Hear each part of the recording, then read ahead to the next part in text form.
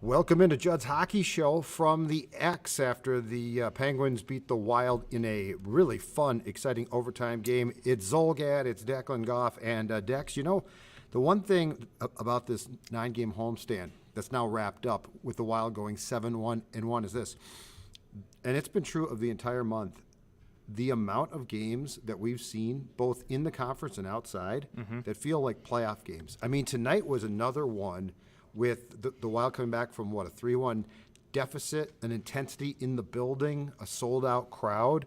But there have been a remarkable amount of games in the month of March that feel like the playoffs have started. And keep in mind, the playoffs don't really start until May. So this has been great fun, I think. Yeah, it was a blast tonight. I mean, Pittsburgh is one of the best teams in the NHL, and you've had a phenomenal homestand here. You still got a point in this one. I know, 4 games, I think, on this homestand that went to overtime, and Pittsburgh's damn good. You rallied back, and they've only surrendered, I think, 2 or 3 leads when leading after 2 periods this season. And this had another playoff feel. I mean, Pittsburgh's legit, man. Like, Pittsburgh is just as good as they usually are, and the fact that Wild were able to hang in and still were able to make it a comeback and make this one noteworthy was very impressive.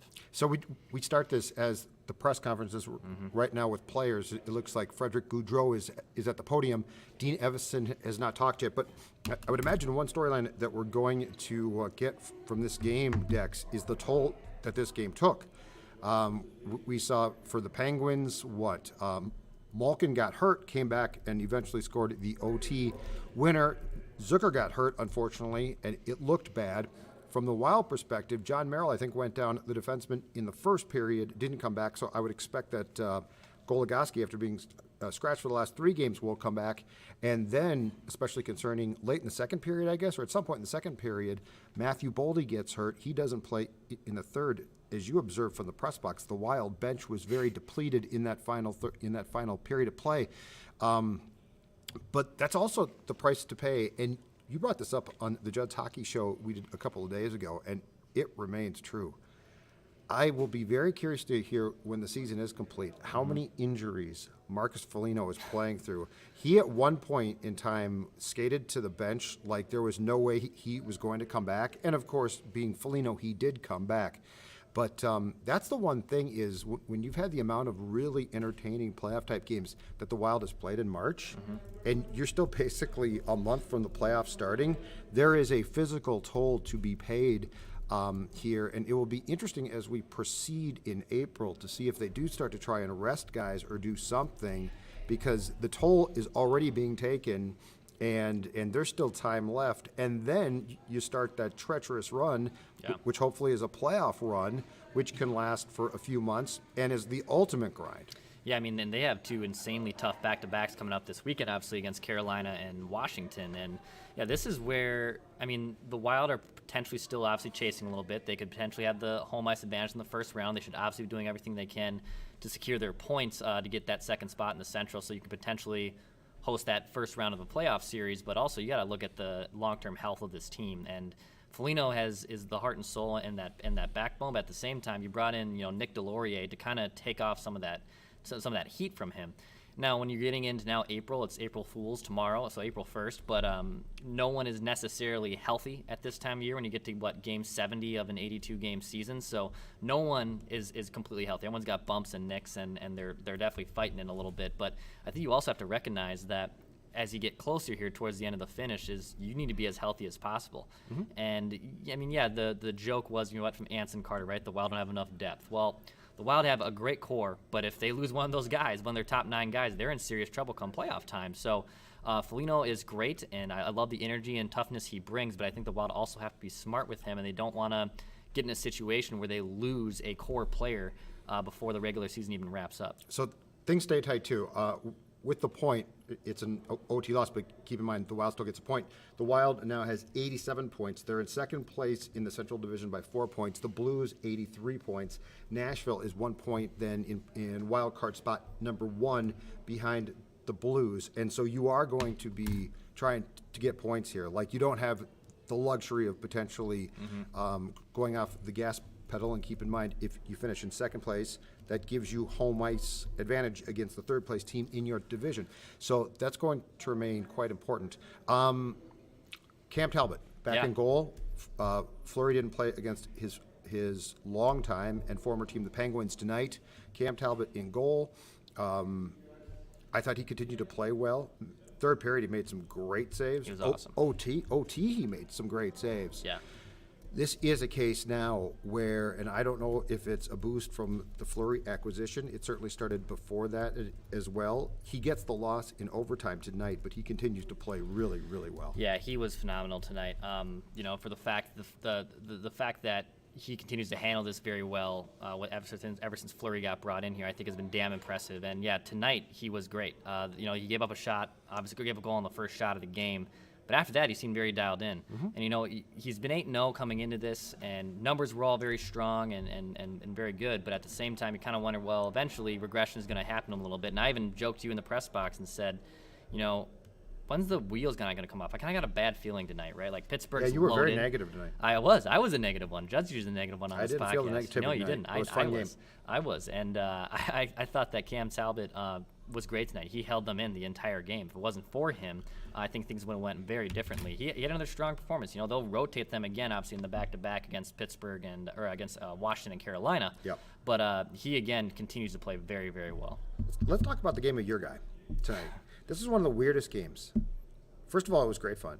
Yep. But the game of Kevin Fiala was one of the most odd games. Yeah. Kevin Fiala spent the entire night, to his credit, around the puck. Like, he was around the puck constantly. Noticeable constantly. Yes. Now, the flip side is he lost the puck on multiple occasions. I'm just seeing from the box score here if I can find if they have his turnovers listed. Yep, they do.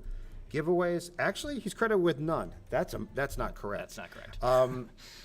He had an assist. He had 3 shots on goal. He had 2 hits. He played a very noticeable game. But it was one of the oddest games I've seen because it's not like he played great the entire game, but there were moments. And then it culminated with, let's talk about it, an overtime shift where he wasn't committed to trying to leave the ice. Right. At one point he was going to, but then Pittsburgh starts, and this is the difficult thing, and this is the old school Parisi thing, and unfortunately Zach was slower, right? Yeah. But it's like, I should leave the ice, I'm not going to leave the ice, I need to leave the ice, I can't leave the ice. And by the end of that thing, poor Fiala was gassed. But that is one of the odder games I've seen him play from both. That is the good Fiala and that is the bad Kevin Fiala side. Kind of felt like that full Kevin Fiala experience that we've talked about on this podcast, right? Where he is noticeable and, he can score big time goals, but he also can make you kind of pull your hair out. I thought the overtime shift was just very uncharacteristic of him, right? Yes, he extended his shift a little bit, but he was also trying to get off, and then he was trying to dance and figure out, he didn't know what to do. Jump in. He looked lost. He looked a little confused and lost, and those are the kind of plays, and they're not going to do anything about it, but those are the kind of plays that drove Ebbison crazy, right? Probably even still drives Bill Guerin a little bit nutty. You need Fiala to kind of have a more sound game, because that mental type of breakdown he had tonight in overtime, you can't have that happen in the playoffs. That literally cannot happen at all in the postseason. So, look, when you win 8 in a row and everyone's firing and playing very well, eventually, things start to turn around a little bit in the other way. But I thought he had one of his more noticeably bad games tonight for the first time in a long time. Yeah, and I like the fact that he was seemingly engaged. So yeah. I'm not going to rip that, but yeah, he had some definite decisions that were baffling, and it didn't seem like, for as aggressive as he was trying to play, that his head was in the game enough, if that makes sense. The other thing tonight too, and this is the type of thing when you get into the playoffs that you're going to have to be careful of, and I do think that they will swallow the whistles a bit more. We had 9 power plays, including 5 for Pittsburgh, and I saw some people griping about the calls. The calls were soft, and look, Brodin could have easily been called. That third period chance for Gensel where he spun him around a little bit, they didn't call that. They could have. So the Wild caught some breaks here, but this is the one thing is you are going to have to be, if you engage in a game where they look predisposed to make calls, you have to be extra careful. You can't allow the officials, you can't be reaching and hooking and that BS. in a playoff game, because a team like Pittsburgh will absolutely kill you. Right. They did score a power play goal tonight, which I believe was a Gensel goal. But the point being is we can complain all we want about officiating and calls. The reality is you can't afford to put yourself in the box in games like this. It will bite you in the ass. Yeah, we're not really a podcast that likes to talk too much about officiating, because it felt more like tonight that they were shooting themselves in the foot continually. They start the second on the penalty kill. They kill it off. They immediately go right back on it, right? Pittsburgh makes you pay 6-7 seconds into that power play in the second period. It's one thing to worry about the officials and if they're calling ticky-tack calls, but then when you're the ones who are literally shooting yourselves in the foot, it makes things even more difficult for yourself. And yeah, like playoff time, you can't have that happen. Like, you know, like a veteran team, like if you played St. Louis or obviously even Colorado, that wouldn't work at all. Like they're going to toast you every single time, and the Penguins have been there and done that, right? Like yes. Tristan Jarry is still a very good goaltender. Sidney Crosby's just his tail old as time. I mean, my God, the older he gets, he's still just as good and just as much out of a pest. And obviously Gino getting the game winner tonight as well. But in general, if you're the Wild, I wouldn't worry about officiating, because tonight you really shot yourself more in the foot than it was bad calls going against you. And we have a comment from Derek on the screen right now that says, amazing to root for a team that I never feel is out of it. And Derek is 1,000% right. And here's what I like too, though. The Wilds had teams that can bounce back before and come back to win games and be exciting at times, but you never felt the consistency. And what I like tonight is this team has, I think, developed a consistency about it, where they can go down 3-1 against a good team. Yeah. They have a goal that looks like a very nice Eck to Greenway feed for a goal, wiped out by a challenge on offsides. Gaudreau comes right back and scores. They tie it early in the third period, and it's not just the fact that they can come back. It's the fact of how they do it and consistently, and it doesn't feel fluky. No. Like there's just so many things about this team and how it's constructed. Excuse me, that I really appreciate and like. And part of it is how hard they play on the puck. Part of it is they don't really feel like a team that goes into the old, to quote Bruce Boudreau, woe is me. I love the mentality here. And coming back from a 3-1 deficit tonight to tie it didn't surprise me. It didn't shock me. And I think most importantly, Declan, it didn't feel like a fluke. No, it didn't feel like a fluke. You know, you and I were kind of looking through the stat page in that second intermission, looking up and down and saying, well, something has to give here, because that wacky second period, even though the Wild were down 3-1 at one point, they still were able to cut it to 1. They had one goal that was turned away. They had another goal that was obviously scored by Frederick Gaudreau just seconds later. Very ballsy decision to challenge that from Mike Sullivan, and ended up working out for them. Good coach. But in general, this is a very opportunistic team. So even when they haven't been playing the most sound game, or when they've been shooting themselves in the foot with taking bad penalties, they still have figured out ways to rally back and forth, and that's what you got to be impressed by. And come playoff time, like, you need that. That adversity has been phenomenal. You know, they've now forced overtime again. They've won 7 games when trailing after 2 periods. This is nothing new that the Wild haven't accomplished before. So yeah, there isn't that like sinking feeling like you usually get. And usually, if you score first and if you are chasing the game, you're in a bad spot. And for whatever reason, this Wild team is cut from a different cloth, right? Like, they just continue to show ways that they can still come back and make things interesting. So if Boldy's hurt, do you move Duhaime up and get Bukestad back in the fourth line? I will say this. Duhaime's been a breath of fresh air. He has had some moments. It feels like he's tailed off quite a bit. Boldy being hurt, to me, hurts more than Merrill, because I think Merrill's a solid player. Yeah. Goligoski has dropped off, but it's not a disaster there. I'd be very curious to see what they do if Boldy, and I don't know what is hurt, but if he is out for an extended period of time, how they would replace Boldy on that line with Gaudreau and Fiala. This comment right here says it. Colin from our YouTube channel. By the way, hit the subscribe button if you're watching our Judd Talk show. Yes, we're on the same screen for like the first time ever. So if you're having a trip, the line down the thing, it looks like, this is not a. But it looks like a line. This is actually happening. What I would do is I would move Jost up from that fourth line. I'd move Gaudreau to wing. So I put Gaudreau, Jost, and Fiala on the third line. Put Bukestad either in the center, or you could potentially you could put Duhaime if you wanted at center, I think, on the fourth line. But anyway, I would go Bukestad, Duhaime, and Delorier on that fourth, move up Jost. I think Jost has been great, and I want to get an opportunity to see if he can get elevated minutes, and that way it still keeps Gaudreau with Fiala, which I think this coaching staff likes to do because he's a little bit of a security blanket. That's what I would do. I would put Jost up to the third line. Can Jost play the wing? He can. I don't know the Dean's going to want to move Gaudreau off. And that center. And that fourth line's been pretty sound. Like it's been noticeably very good. So I could also see them not wanting to tinker that. Put Bukestad up. Would you put Bukestad with Fiala and Gaudreau? Or is he's kind of sat out too much, and that's probably too much? Yeah, I don't like that. I like him on the fourth line. Yeah. The Jost idea I actually like, but I guess my question, because I think the Dean would be inclined to leave Gaudreau at center. Yeah. So I think that they would probably have Gaudreau at center, and if Jost could play the wing there. They could do that. It's unfortunate because the one thing that I think we found beyond a shadow of a doubt is the chemistry between Fiala and Boldy's been so good. Yeah. That depth, and I don't know it's shown itself as much in recent games, but I mean there was definitely a span there where that brought Fiala's play up a notch or 5. Playing with Boldy, who has the attributes of a center playing wing. Yeah. Like he's got puck skills, he's got awareness skills. Jost is an interesting solution. I could see that. Yeah, I could definitely see that working out really well for them. Boldy's he scored a goal, I believe, on Tuesday, right? I believe the last time out there. And he had 2 assists tonight. But he felt mostly kind of like a passenger in this win streak. Like he was fine. I don't think he was being a detriment, but he kind of got shut down a little bit. He wasn't on the box score. Right.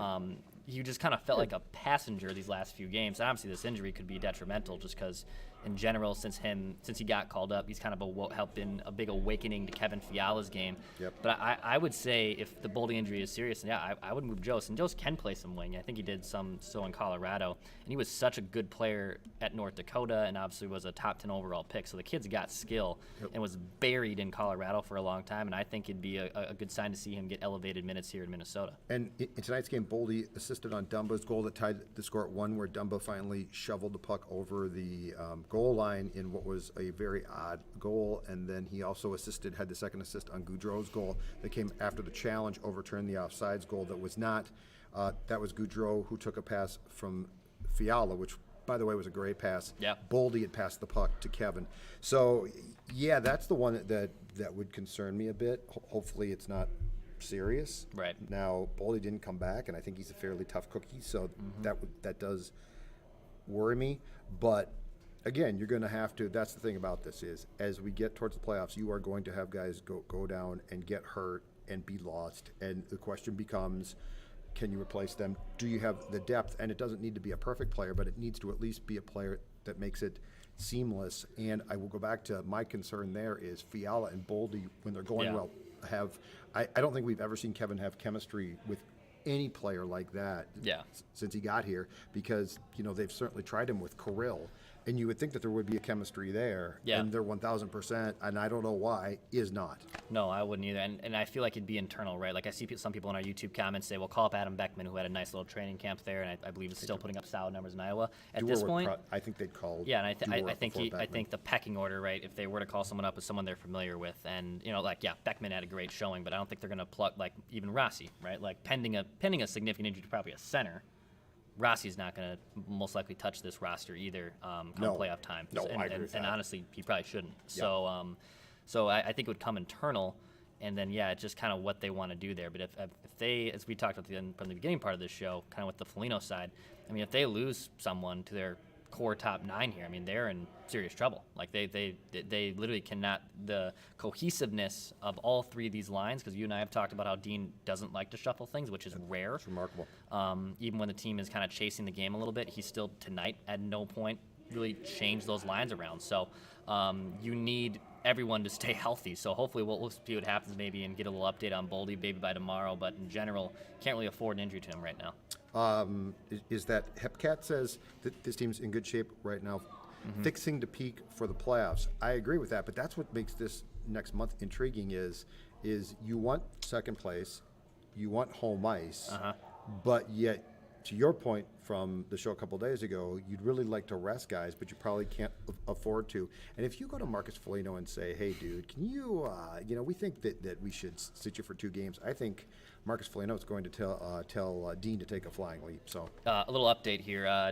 Matt Boldy will not make the road trip. That's coming from the post-game press conferences from both Jesse Pierce and Dane Mitsutani, the beat writers here. So Matt Boldy will not Matt Boldy will make the upcoming road trip. Oh, Read he that will. wrong. Okay, good. Both are upper body injuries, but John Merrill will not. So upper body injuries for both. Boldy should make it. It's at a 4-game road trip, back-to-backs in Carolina, Washington. So he should play on the road So he trip. should hopefully play. Okay. Merrill will not. So that most likely means the Goose gets plugged right back in to the lineup, who's been scratched the two-year last 2 contract. games, and a nice little extra payday in $4 his million. pocket. Not bad. move. I wouldn't mind that money at all. So upper body injury for Boldy, but it'll be kind of evaluated to see what happens. Well, Kirill Kaprizov, oh yeah, 38th goal tonight. He ties the Gaborik mark for, I believe, set in 2006-07, if I'm not mistaken, for single-season points. Yeah. 83 points. He now has 38 goals. He has 4 off the mark set by Gaborik, and then tied by Eric Stahl a few years back. Continues to be remarkable. I will just say this, and this is my prevailing thought on 97. Don't take him for granted, because Yeah. it becomes so simple to watch him and be like, of course he scored that goal. Yeah, of course he did this and that. The puck, he has a magnet in his stick, and it is remarkable, just not just his play, but how he lifts up teammates as well. Well, I mean, look at Austin Matthews tonight, scores his 50th goal of the year, and you and I were talking about on a podcast this week, how many players are definitively more skilled, not better, but like more skilled than what Kirill Kaprizov brings in. And, I kind of thought, Austin Matthews may be on that short list. And then I was kind of thinking of like, well, what does Kirill Kaprizov also do that maybe like isn't elite, but like that one area of his game is there an area of his game where you and I were talking last Tuesday where I'm you're trying like, to figure this is there a hole? Is there I tweeted not this. a strong side? What is it, right? His skating is incredibly strong. His shot is heavy. I mean, I wouldn't, maybe it's not as good as like, it's not an elite shot, but he knows where to put it every damn time, right? It's damn close. Well, I mean, when you're constantly changing your angle, Yeah. that's an elite shot. Yeah. He's scrappy. Yeah. He hits. He gets mad back. He doesn't take any crap. Like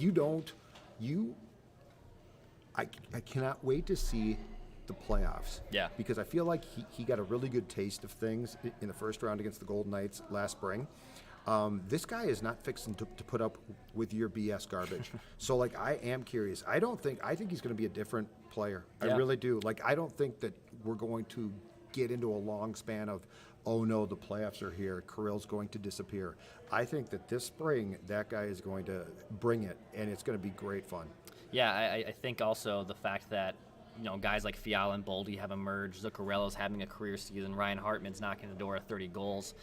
So it's not just all Kirill. And Vegas said last year, can we shut down Kirill and can the Wild beat us? And the answer was no, right? So, and Kirill analytically, yeah, he had chances and he was fine in that playoff series. But at the end of the day, it's postseason, baby. You gotta be scoring goals, and he was held off the score sheets for the majority of those games. So, I agree.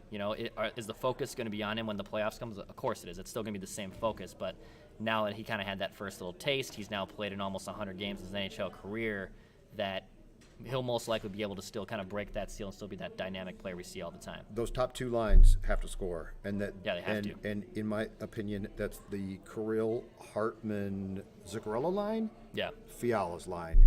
Like the Eck line shuts teams down, and if they can get goals, which they probably will, that's great. Yeah. But whoever Fiala is with and Kaprizov is with, they have to score. So 7-1-1 on a franchise record 9-game homestand. Not bad. The Wild now plays at Carolina on Saturday, at Washington on Sunday, at Nashville on Tuesday, at St. Louis on Friday. So, like, second place, and this is the problem, Dex. Yeah. Second place is in no way, shape, or form close to being secured. I will say this. You, in my opinion, want home ice. Yeah. You want to play here. Yeah, This you gotta building's a great have it. place to play. Yeah. If I'm going to have to play the Blues or Preds, and just my guess is it's probably the Blues. I want the Blues here for Yeah. game 1. Yeah.